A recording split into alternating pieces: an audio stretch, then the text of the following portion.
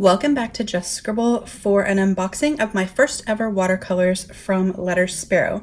I have taken everything out of the packaging, which is here, just because it makes it a little bit easier and prettier on the screen, but I did want to mention that they do use 100% recycled paper products for their packaging that are recyclable, and they include a little card in there that just reminds you that they used eco-friendly materials and that they are trying to support sustainability. And so I thought that that was really nice, so I wanted to mention that to you all.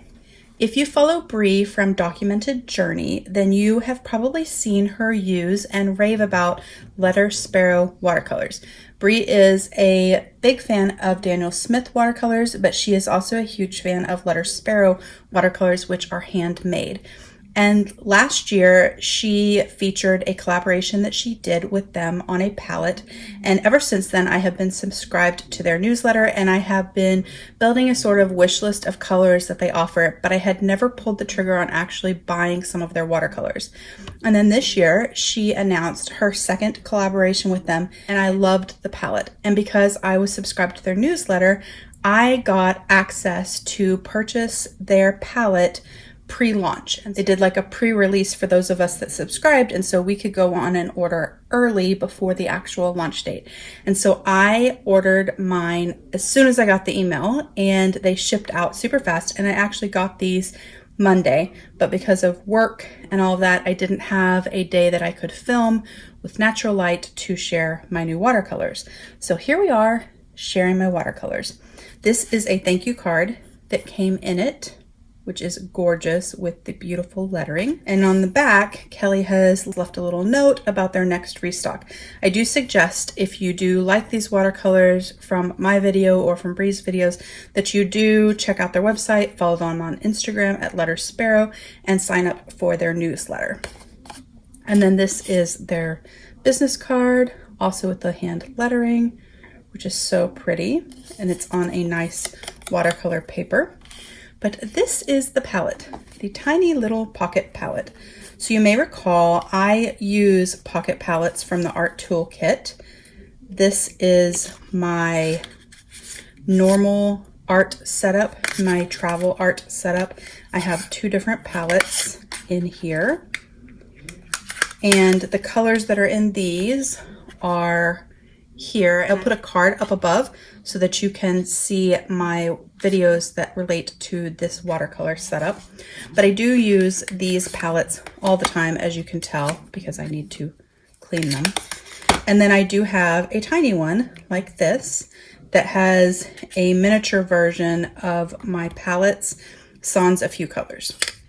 So I really like the Art Toolkit palettes, and that is what Letter Sparrow uses to send your palette in. So this is my palette. I'm gonna untie it. And these are the colors that Brie picked out for the collaboration: Scarlet, Italian Orange, Gamboge, Violet Earth, Paris, and Emerald. And so they provided a little swatch card with it. And then they have the palette with a vinyl with their company name on top, which is quite nice. When you open up the palette, it has a little piece of tissue paper protecting them.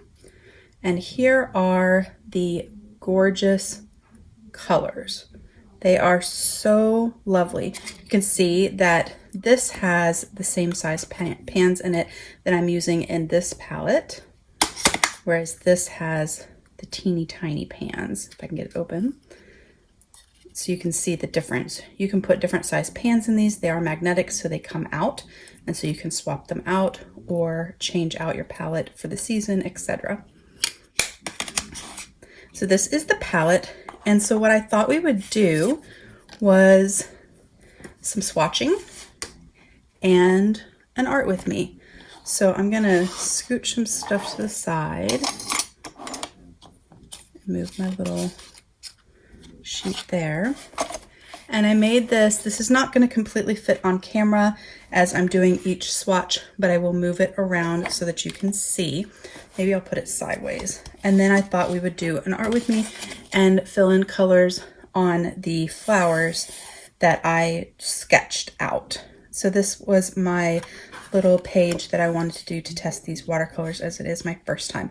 This watercolor paper is actually 140-pound watercolor paper from Arteza, and it is cold pressed paper. So this is where we're going to swatch. We're going to start with Scarlet and then go through that way. It is in the same order. How I drew them, or how I wrote them, is actually in the same order that, well, nope, actually I mixed these two. I thought it was in the same order. Oops, sorry.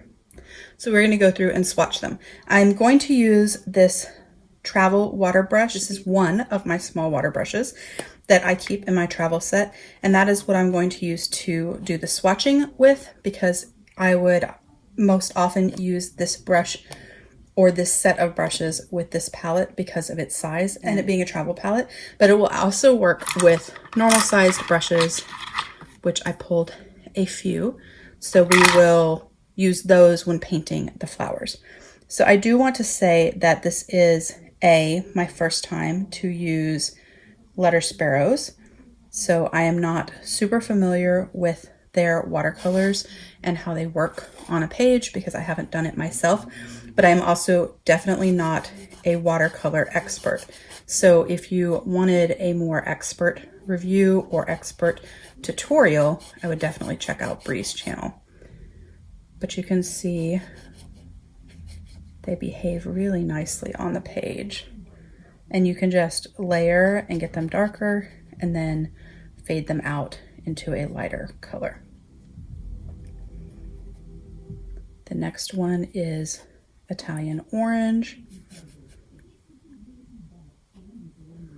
And I do have a sprayer actually that I could use to wet the palette to get it started, but I figured we would just use the brush because it works just as well. Did a better job with the fading out in that one. If I came back here, I could fade out the red into a lighter color. Now Gamboge, which is kind of like a yellow with like green that reminds me of something that would go really nicely with Chic Sparrow's Fergus.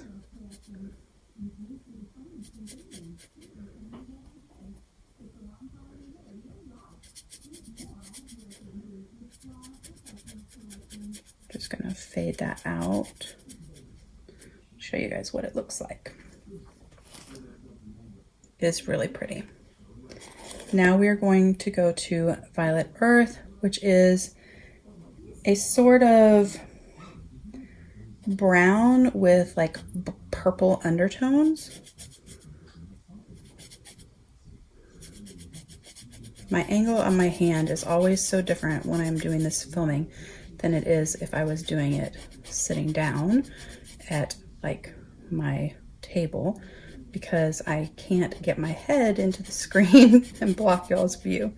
So I don't actually normally hold my brush quite this same way, but I'll get better at it as I go. So there is Violet Earth. I want to make sure that you guys can see. And then we're going to go with Emerald.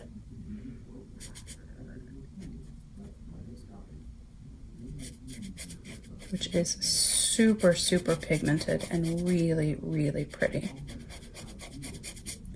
These watercolors perform really nicely on the paper. They blend out really well and easily, and they are absolutely gorgeous.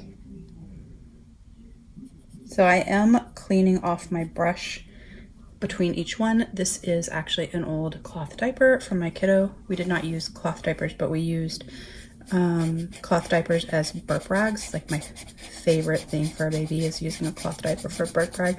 It works so well.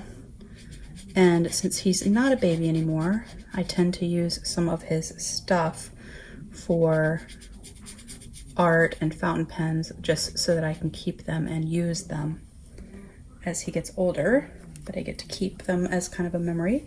And it's super absorbent, so it works really well cleaning off your brush. And so I just kind of squeeze my water brush a little bit and rub it off on it and cleans the brush. So that is the palette, which I think is absolutely gorgeous. I think you could actually add just like a little bit more depth to the red at the top and just build off of it, and it would be so pretty. But I think they are gorgeous and they seem to be working really well on the water paper. I am definitely not an expert, but I have watched a lot of videos and I do practice and play around a lot, which is the important part, I think. But that is the palette. I know that I will ultimately be getting more of these watercolors because I really do like them and they have a lot of colors that I'm interested in getting. And so now I'm going to do a little watercolor on the flowers that I sketched. I used a ballpoint pen for the sketching. The boxes that I made are actually a Sharpie with a stencil that I had, and then all of the other lettering, the names of the colors, the Letter Sparrow, the Document Journey, the New Growth, which is the name of this palette. Those are all with a Pigma Micron in a 08. But the ballpoint pen that I used in this sketch is a Bolograph, but I also sometimes sketch with a pen that I got from the Stationery Selections sub box that is more of a gel pen, and it works really well too. So I'm going to take this and I'm going to put some of the yellow. I have not used this pen, I've not used this brush very often. This is a Kuretake brush. I got this at where did I get this? I got it at a Kinokuniya store in Austin when I was visiting one time, and I thought it would be good to use because I never really pull it out because it's a lot larger, but it does work really well and it has a pretty large water reserve, which is nice.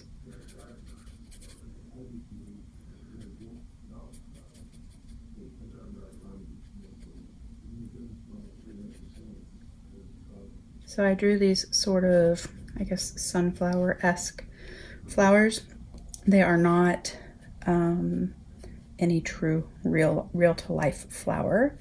Just kind of sketched out a flower, kind of how we learned in my inky art class from Joanna Basford. I have videos about that on my channel as well. And I kind of just adapted it based on that.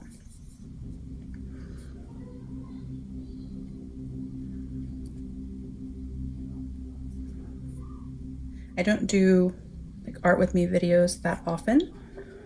I've done just a couple, maybe, actually I don't even know if I've done a couple. I know I've done one with a pumpkin, but if this is something that you guys like, we can definitely do them together.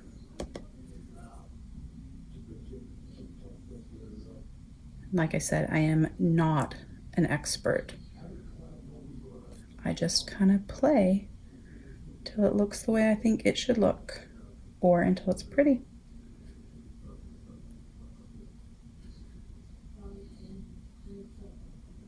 Do you guys watercolor or do a different type of painting? I also work some with alcohol inks. I really like working with alcohol ink, but I tend to not do it this time of year because it is very hot in South Texas. And so I tend to not do it as much in the summer because it's hot to be outside and the air quality isn't as good for that purpose. I decided that my center of my flower wanted to be red. Like I said, it's not really a true representation of a true flower. Let's see, what do we want to do next? So I'm gonna get a little more of this gamboge,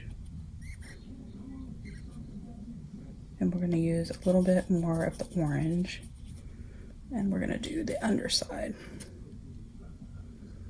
First, we're just going to kind of add some like darker spots to where I shaded.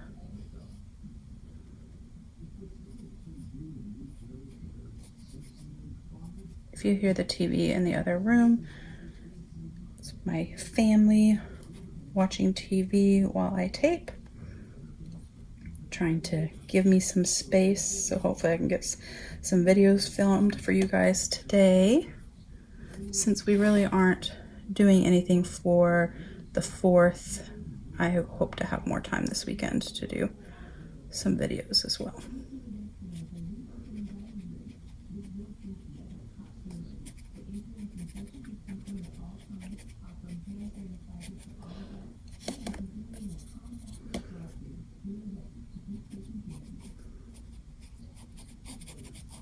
If I don't talk as much during this, it's because I'm relaxing. I find watercoloring very relaxing. I don't know if you guys that do it find it relaxing too. Like, I could just sit for hours and just play with paints and kind of doodle with them, and it's quite enjoyable.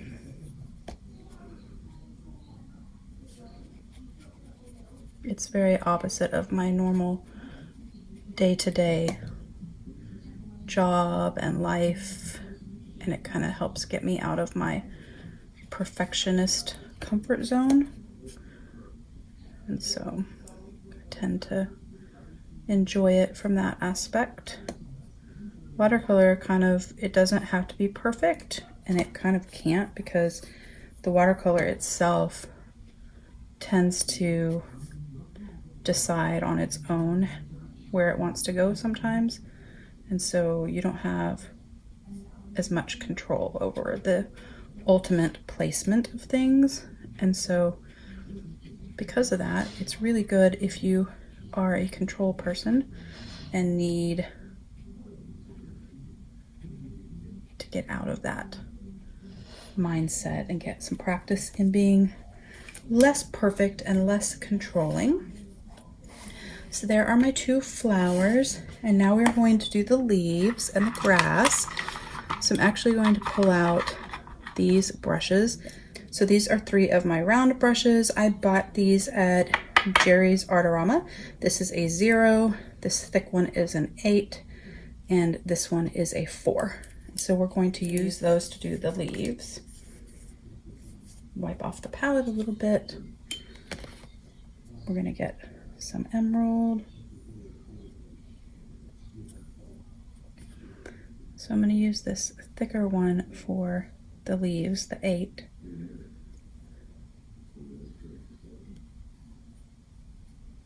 When I first started looking into doing watercolor, I tried doing a bunch of research on the best colors to have in your palette and the best brushes, and then I realized it could be really expensive to buy all the things that you really, really want and you think are the best, and it may not end up being perfect for you. So I just kind of play and do what I like and take recommendations from other people like Brie, but I don't worry so much about the, I guess, quality of the brushes and things. I want them to work well.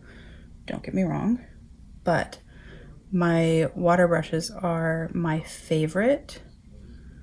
They work so well, and I'll post a link to them down below. They come in those pocket sizes and then in full size. It's probably the thing I use the most. It just makes it easier because the water's already in them, and they perform really well, and they're consistent.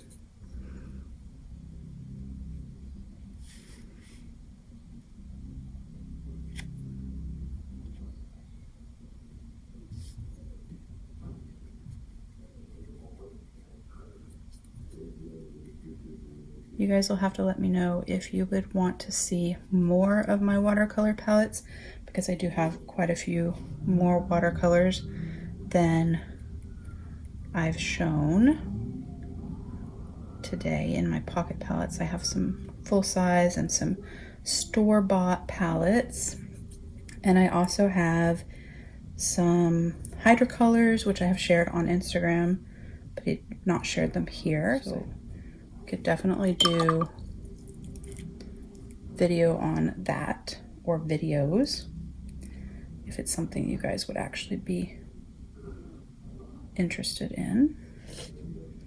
So the grass, I kind of drew little sprigs for the grass when I was sketching this out, but I'm just adding a little bit of color, and then I'm going to come back in with the fine brush and kind of finish it out. So I'm going to use this smaller brush, the 4, to finish out this stem, because it is a little hard to do in that thicker brush.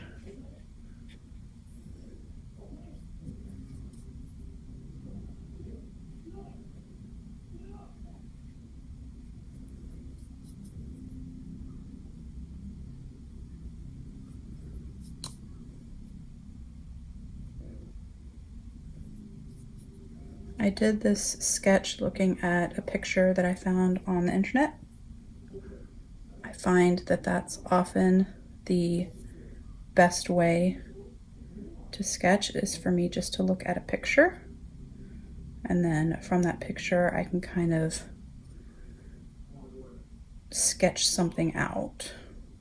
And I'm definitely not an artist with training or anything, but it's relatively easy to do that way, and makes for a fun piece that you can then go back and add your watercolors to.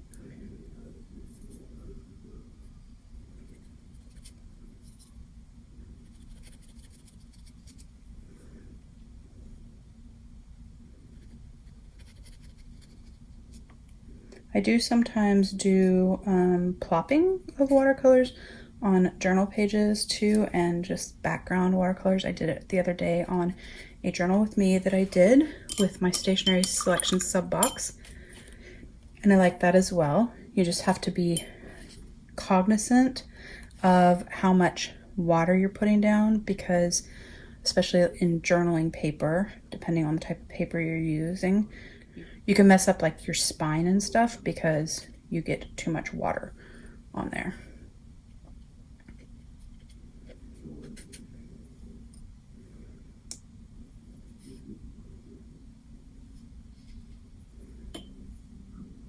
This little brush does not hold nearly as much water as the other brushes, so it doesn't tend to blend things as well, but it will give me some pieces that then I can come back with the other brush and sort of blend and make it look less like just a straight line.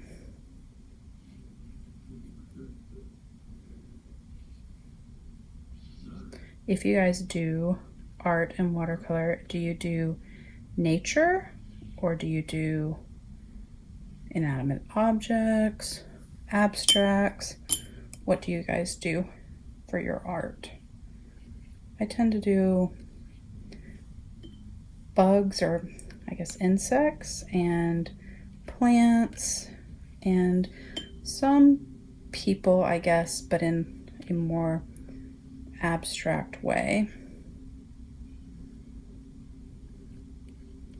Finding your style sometimes can be a little bit hard. I'm still working on that. So I'm going to come in and I'm going to put some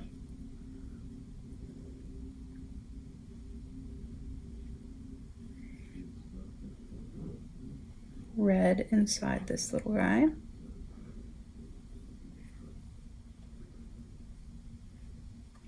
You don't have to put pen down to watercolor. You can watercolor freehand. I find that hard to do on videos because I don't have a plan yet, and so it makes it a little bit more difficult for me. But sometimes that's fun to do. Or you can do them in pencil and just watercolor over it knowing that it's not going to necessarily stay. Like it'll be harder to see your lines a little bit, but it gives you kind of a base to follow, which is good.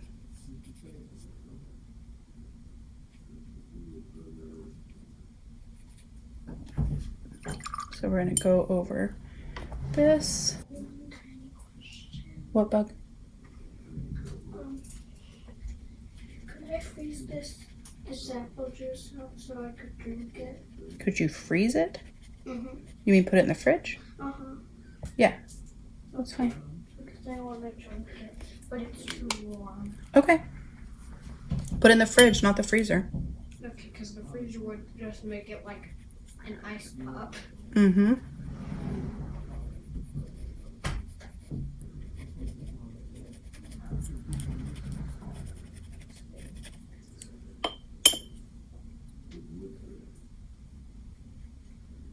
So I'm just gonna blend that in some. I wanted the flowers to have a little bit more dimension to them.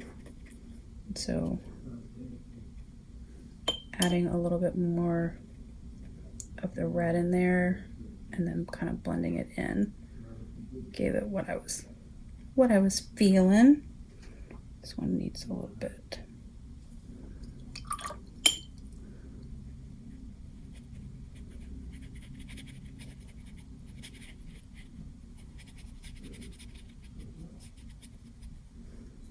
This one needs more yellow.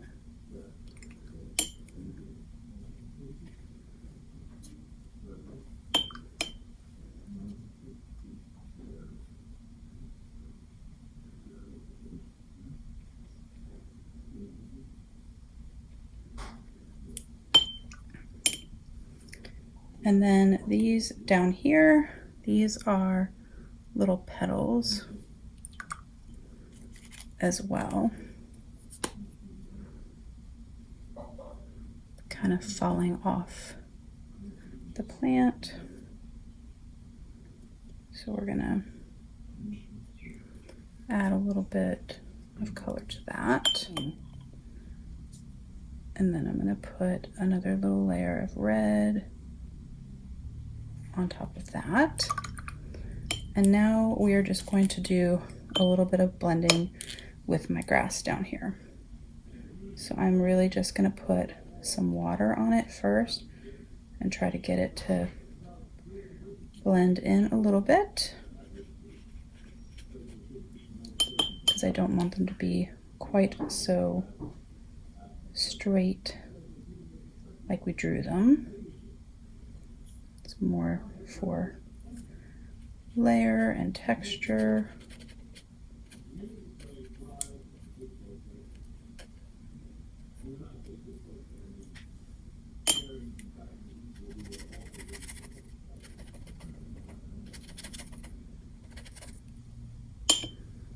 One of my favorite things to watercolor on is Tomoe River paper, because the watercolor just does really well on that, but also because it gets all crinkly and I absolutely love the sound. I don't know if you guys use Tomoe River paper or not, but I love it. So that's that. And then I was going to put just a little bit of this violet earth at the bottom for our kind of dirt ground effect.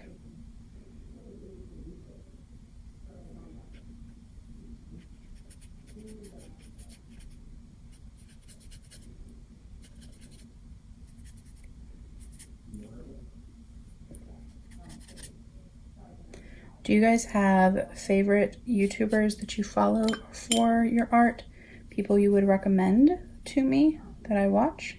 I don't watch all that many. I should probably watch more so I can learn and get tips and tricks and things like that. I actually want this to go all the way over here.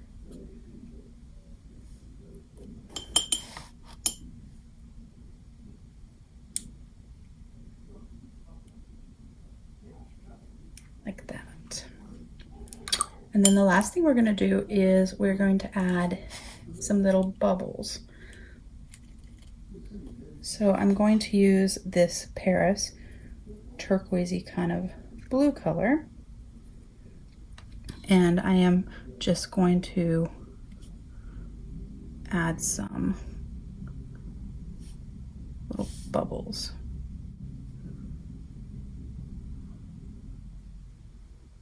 They aren't going to be as blended out because of the size is so small,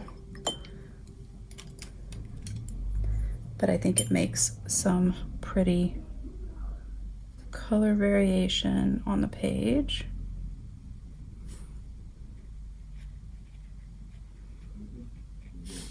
Kind of little pop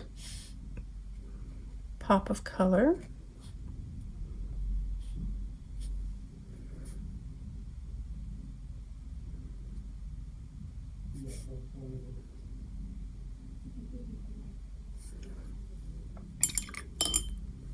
And there we have our watercolor piece.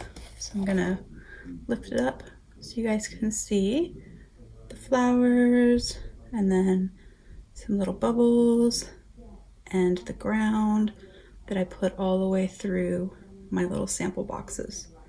So now we have a little art piece commemorating my first Letter Sparrow watercolors, which were a collaboration with Documented Journey. The collaboration, the palette is called New Growth, and I think it is gorgeous. And I hope that you guys enjoyed this watercoloring and swatching and unboxing. If you have any questions, comments, tips, feedback, please don't hesitate to comment below. If you did like this video, please give me a thumbs up. Make sure you're subscribed if you don't want to miss future videos, and don't forget to just scribble.